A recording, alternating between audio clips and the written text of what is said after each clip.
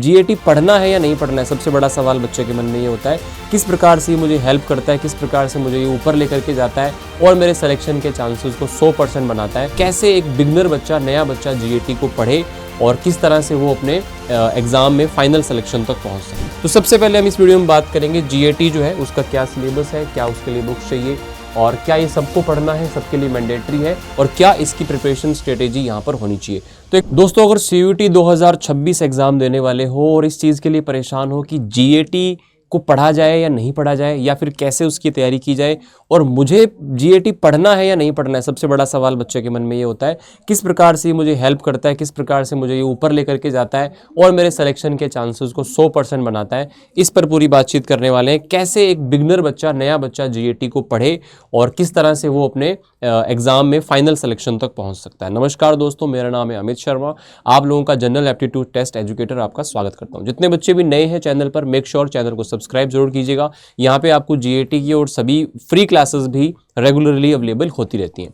तो सबसे पहले हम इस वीडियो में बात करेंगे जीएटी जो है उसका क्या सिलेबस है, क्या उसके लिए बुक्स चाहिए और क्या ये सबको पढ़ना है, सबके लिए मैंडेटरी है और क्या इसकी प्रिपरेशन स्ट्रेटेजी यहाँ पर होनी चाहिए। तो एक कंप्लीट रोड मैप, अगर आप एक बिगनर है, बिल्कुल आप यहाँ से जीरो से उसको स्टार्ट कर रहे हैं, तो जीरो से स्टार्ट करके किस तरह से आप यहाँ से यहाँ तक का सफ़र तय करेंगे, है ना। कुछ बच्चे यहाँ पे ऐसे हैं जो ड्रॉपर हैं, लेकिन बहुत सारे बच्चे ऐसे हैं जो प्रॉपरली स्कूलिंग भी कर रहे हैं, बोर्ड्स भी देना है, तो कैसे उसको मैनेज किया जाए इसके बारे में हम लोग बात करने वाले हैं। तो यहाँ पे आपको बता दूं, सीयूटी एग्जाम के अंदर बेटा 3 सेक्शंस आपके होते हैं। उन 3 सेक्शन के अंदर क्या क्या चीज़ें होती हैं। पहले सेक्शन में आप लोगों को लैंग्वेज चूज़ करना होता है। लैंग्वेज आप हिंदी, इंग्लिश जो भी चूज़ करते हैं, यहाँ पे एक लैंग्वेज आपको पढ़नी होती है। एग्ज़ाम जो होता है वो आपका हिंदी इंग्लिश दोनों लैंग्वेज में आता है। वो लैंग्वेज चूज़ नहीं करनी कि हिंदी में पेपर आएगा या इंग्लिश में, पेपर दोनों लैंग्वेज में आता है। इसके अलावा भी आपकी जो रीजनल लैंग्वेज है उसके अंदर भी पेपर अगर आप भरोगे तो आएगा, ठीक है ना। ये आपको एक लैंग्वेज है जो प्रॉपरली आपको सारी चीज़ें उसमें ग्रामर, उसकी वोकैब, उसका कॉम्प्रहेंशन, वो आपको पूरी लैंग्वेज के तरीके से पढ़ना है। यहाँ पे 50 क्वेश्चन आपको मिलते हैं, 60 मिनट में करने हैं। उसके बाद में सेक्शन 2 आता है आपका डोमेन। तो डोमेन आपका जो भी है, साइंस है, आर्ट्स है, कॉमर्स है, उसमें जो भी सब्जेक्ट हैं आपके, वो डोमेन सब्जेक्ट्स आपको पढ़ने हैं। यही सब्जेक्ट आप बोर्ड्स के अंदर पढ़ते हैं और यही सब्जेक्ट आप लोगों को सीयूटी के लिए भी पढ़ने हैं। बस सीयूटी में क्या होता है, एमसीक्यू बेस्ड क्वेश्चंस आएंगे, ऑब्जेक्टिव क्वेश्चंस नहीं आएंगे। आपको सीयूटी के जो पीवाईक्यूज हैं उसके ऊपर फोकस करके चलना है, वहाँ से आपको सीयूटी के लिए डोमेन्स का जो लेवल है वो पता चल जाएगा। इसके बाद सेक्शन 3 आता है आप लोगों का जनरल एप्टीट्यूड टेस्ट, जीएटी। अब यहाँ पे सीखना है, देखना है कि जीएटी जो है इसका मतलब हो गया जनरल एप्टीट्यूड टेस्ट। इसके अंदर क्या क्या चीज़ें आती है वो हम जानेंगे, किस किस को पढ़ना चाहिए, किसको नहीं पढ़ना है, क्या फ़ायदे हैं, सारी चीज़ों पे बात करने वाले हैं। तो यहाँ पे अगर मैं बात करूँ क्या आप लोगों का जीएटी सभी के लिए मैंडेटरी है क्या, सो इस सवाल का आंसर तो यस है, ठीक है ना। मतलब इसका आंसर तो नो है, यानी कि सबको पढ़ना मैंडेटरी नहीं है। लेकिन दूसरा क्वेश्चन आप मुझसे पूछेंगे कि हम पढ़ें तो हमें फ़ायदा होगा क्या, तो इसका आंसर है यस। देखिए जीएटी का कुछ कोर्सेज, कुछ एलिजिबिलिटी, बहुत सारे ऐसे कोर्सेज हैं, कॉलेजेस हैं, यूनिवर्सिटीज़ हैं जहाँ पे जीएटी आपके लिए कंपलसरी है। आप पढ़ोगे तो ही आपको वहाँ पर एडमिशन मिलेगा। इसके अलावा कुछ ऐसे कोर्सेज को अगर आप टारगेट करते हो जहाँ पे रिक्वायरमेंट के अंदर, एलिजिबिलिटी के अंदर जीएटी नहीं है, तो आप बाई चांस अगर उन कोर्सेज को मिस कर जाते हो या फिर उन स्पेशल कॉलेजेस में आपका एडमिशन नहीं होता है, तो आप फिर दूसरे ऑप्शंस ढूंढोगे। बट ऑब्वियस आपका स्कोर, सपोज जो भी आपने सोचा था वो मान लो आपका डोमेन के अंदर उतना स्कोर नहीं आया और डोमेन के बिहाफ पर सेम जो से आपका मान लो आपने बीए करना है, बीए ऑनर्स या बीकॉम ऑनर्स करना है, अगर आप यहाँ पर मान लो डीयू में जा रहे हो या फिर आप डीयू से बीए ऑनर्स या फिर आप बीकॉम ऑनर्स कर रहे हो, तो वहाँ पे आप लोगों को जीएटी की रिक्वायरमेंट नहीं है। लेकिन जैसे ही वहाँ अगर आप पास नहीं हो पाते हो तो दूसरे ऑप्शन पे आप बीएचयू को रखते हो, तो फिर वहाँ पे जीएटी की रिक्वायरमेंट है। इसके अलावा बहुत सारे कॉलेजेस है जहाँ पे जीएटी की रिक्वायरमेंट है। तो एक सेफ साइड अगर मैं आपको बोलूँ तो बहुत सारे डोर्स आपके लिए ओपन हो जाते हैं। आपके घर के आसपास भी बहुत अच्छी अच्छी यूनिवर्सिटीज़ होंगी जहाँ पे फिर आपको जीएटी पढ़ना होगा। तो इसलिए जिनके कोर्सेज के अंदर है उनको तो नो डाउट पढ़ना ही है।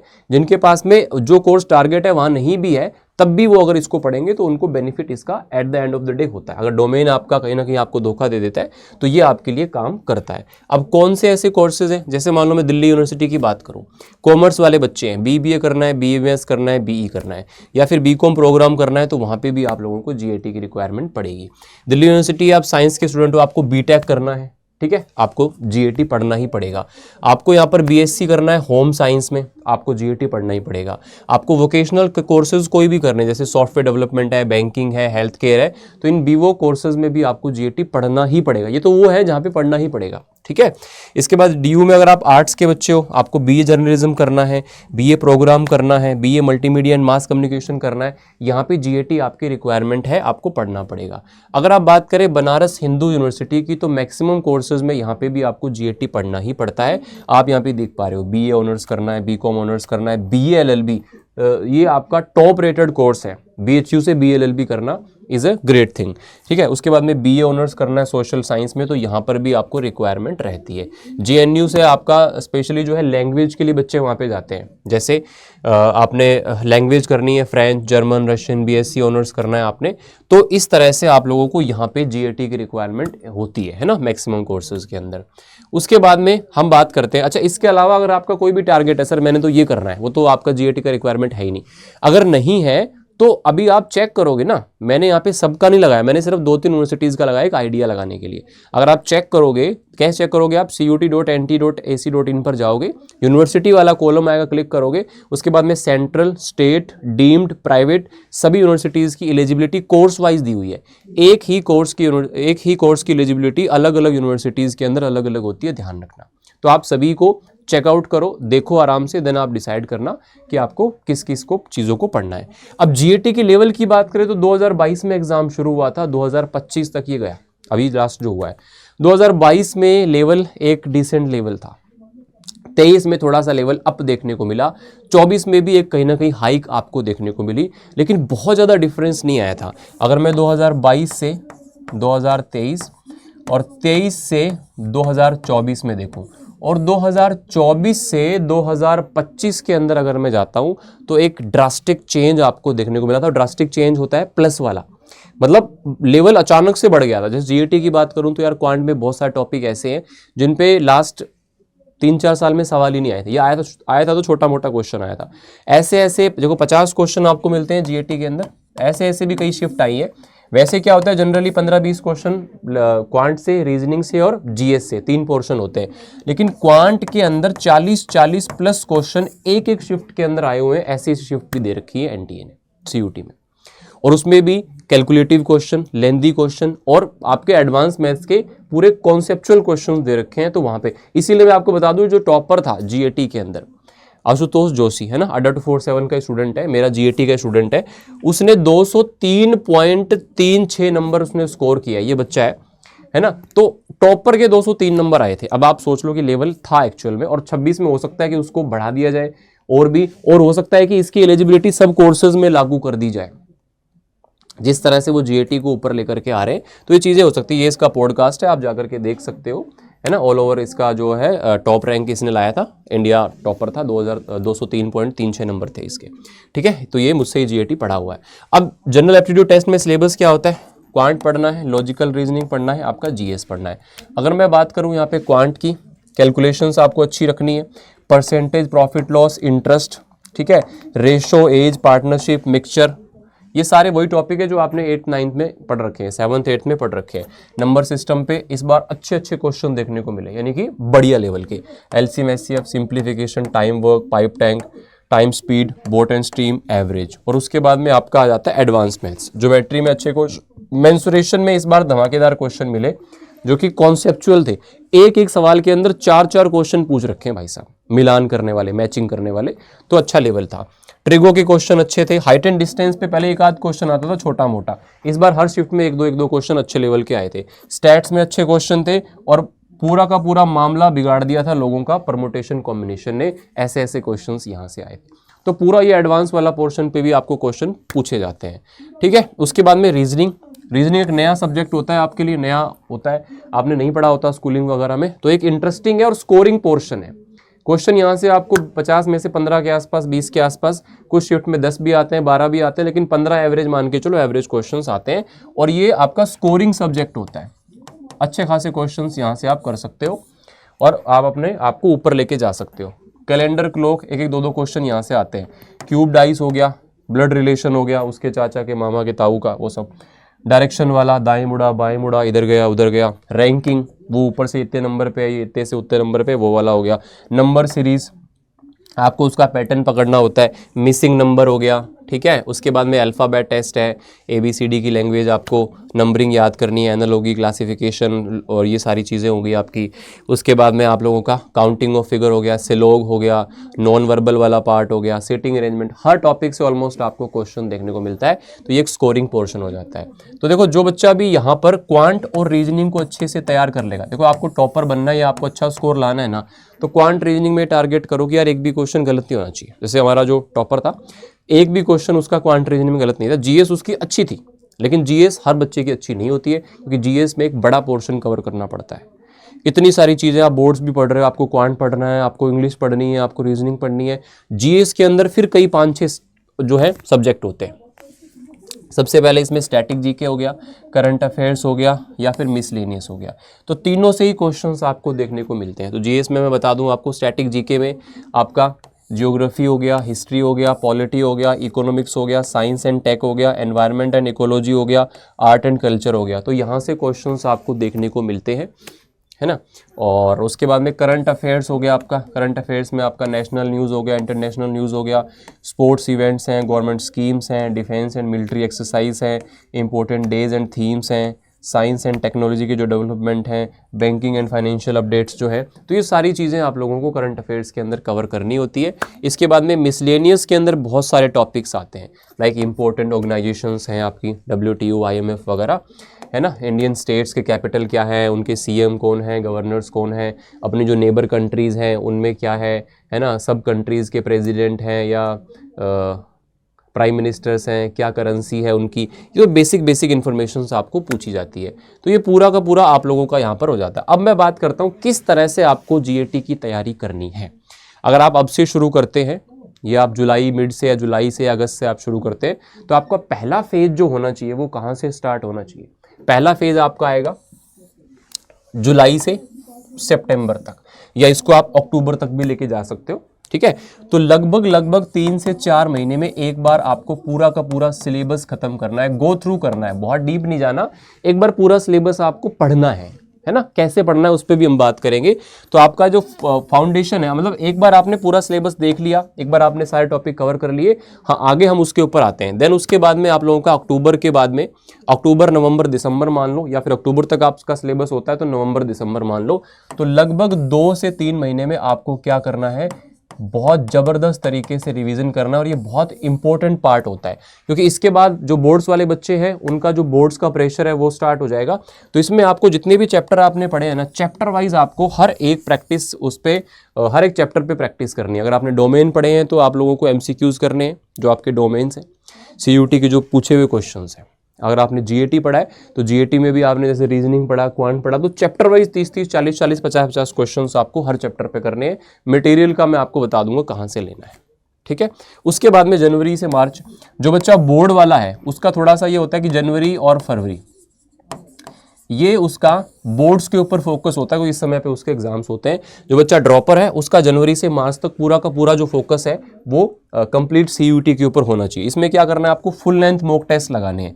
जैसे क्वांट है, क्वांट के पूरे जैसे 20 क्वेश्चन 25 क्वेश्चन का मॉक टेस्ट लगाना है, ऐसे रीजनिंग का पूरा, ऐसे इंग्लिश का पूरा, ऐसे आपके जो डोमेन सब्जेक्ट्स है उनका आपको पूरा का पूरा सब्जेक्ट वाइज, क्योंकि आपका जो पेपर होगा वो 2 या 3 सब्जेक्ट एक साथ होंगे। जैसे मान लो आपका GAT इंग्लिश और एक सब्जेक्ट हो गया डोमेन का, तो 2 या 3 पेपर एक ही साथ बैठ के 3 घंटे आपको पेपर देना होगा जब आपका एक्चुअल पेपर CUT 2026 में होगा।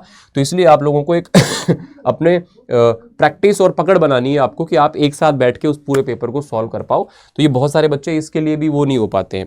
और लास्ट में अगर मैं बात करूं, जो आपका फाइनल जो एग्जाम टाइम आता है, जैसे अप्रैल मई, यानी कि मई के मिड से लगभग आपका पेपर शुरू हो जाता है।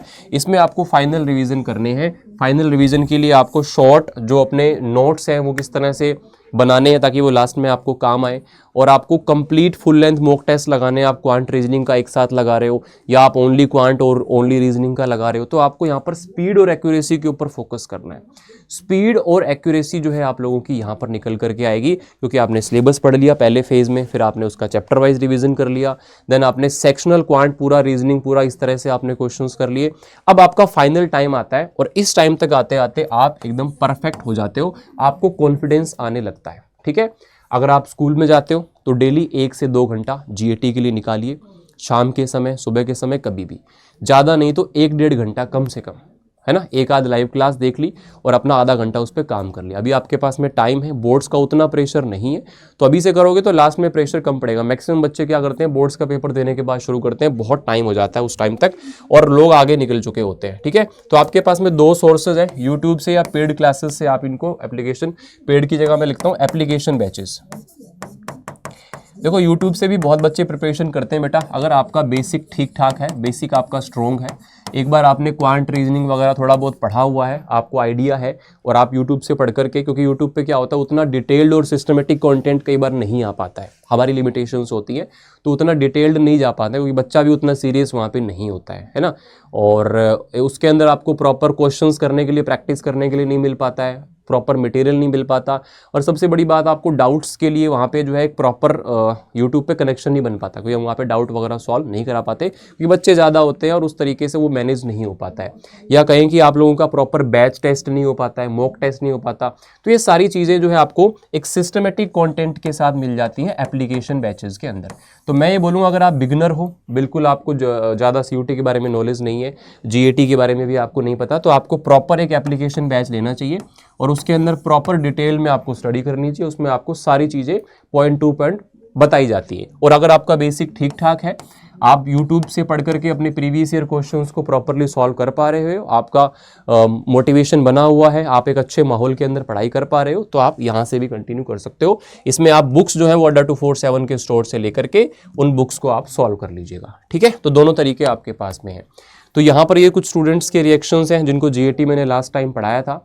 बहुत सारे बच्चे जो है मुझसे जीएटी पढ़े हैं लास्ट ईयर भी, तो बहुत अच्छा स्कोर उन्होंने किया है। हमारे यहाँ पे 99 परसेंटाइल और 100 परसेंटाइल वाले बच्चे, हर डोमेन का टॉपर और हर सब्जेक्ट का टॉपर जो है वो आपको अड्डा 247 से मिलेगा, तो ये एक बहुत अच्छी बात है। ये जो टॉप 20 की लिस्ट इस बार निकाली थी एनटीए ने, उस टॉप 20 में जो एनटीए के हिसाब से जो टॉपर्स हैं, 5 बच्चे ऐसे हैं जो प्रॉपरली हमारे यहाँ से पढ़े हुए। हो सकता है बाकी 15 में से भी बच्चे पढ़े हुए हों, लेकिन वो हमसे कनेक्ट नहीं हो पाए, तो आप ये कह सकते हो कि ये बच्चे हैं जो टॉप के अंदर आए हैं all over India. 15 lakh 14 lakh के आसपास बच्चे बैठते हैं, तो उनके अंदर से 20 बच्चों में से ये जो 5 बच्चे हैं वो यहाँ से पढ़े हुए हैं और इन्होंने भी एप्लीकेशन बैचेस। तो यहाँ पे आप एप्लीकेशन बैचेस को किस तरह से ज्वाइन कर सकते हैं मैं आपको बता देता हूँ। यहाँ पे देखिएगा, आपको क्या करना है, आपको सीधा सीधा गूगल पर जाना है, यहाँ पे आपको लिखना है अड्डा 247, या फिर आप एप्लीकेशन डाउनलोड कर सकते हैं। अड्डा 247 पे आपने यहाँ पे ओपन किया, आपको ऑल कोर्सेज पर क्लिक करना है, देन आपको जाना है यूजी एंड पीजी, और उसके बाद आपको जाना है सीयूटी यूजी हिंदी मीडियम पर। जैसे आप यहाँ पे जाओगे, जो भी आपका स्ट्रीम है, साइंस है, कॉमर्स है, आर्ट्स है, तो आप यहाँ पे क्लिक करेंगे सपोज साइंस पे, तो साइंस पे आपने क्लिक किया तो साइंस के अंदर आप लोगों को यहाँ पर ऑप्शन दिख जाता है महापैक का और दूसरा आपको आरएम 4.0 का। तो यहाँ पे अगर मैं आपको बताऊँ तो सबसे बेस्ट डील है आपके लिए महापैक, क्योंकि महापैक में आपको आने वाले सभी बैचेस का लाइव एक्सेस मिलता है पूरे 1 साल तक, क्योंकि ये पूरा का पूरा सब्सक्रिप्शन है। यहाँ पे आप इसको बाय नाउ करोगे और अभी आप लोगों की जो डिस्काउंट सेल चल रही है उसका भी आपको फायदा मिलेगा। जिस टाइम पे भी आप इसे एनरोल कर रहे होंगे उस टाइम पे आपको मैक्सिमम डिस्काउंट मिलेगा। इसके लिए मैं आपको डिस्काउंट कोड दे देता हूँ Y829। जब भी आप बैचेस को ज्वाइन करें तो आप यहाँ पर ये डिस्काउंट कोड लगा लेंगे तो आपको पूरे 1 साल का जो है यहाँ पर सब्सक्रिप्शन मिल जाता है। बाकी और भी आपकी कोई क्वेरी हो तो आप मुझे मेल कर सकते हो, मेल आईडी आपके पास में है, या फिर इस वीडियो के नीचे आप कमेंट कर सकते हो, या फिर और कोई भी प्रॉब्लम हो तो आप मुझे इंस्टाग्राम, टेलीग्राम, मेल, जहाँ पर भी आप कनेक्ट हो वहाँ पे आप कोई भी डाउट हो तो पूछ सकते हो। ठीक है, आज के लिए इतना ही, मिलते हैं आप लोगों से नेक्स्ट सेशन में। थैंक यू सो मच, शुक्रिया, धन्यवाद।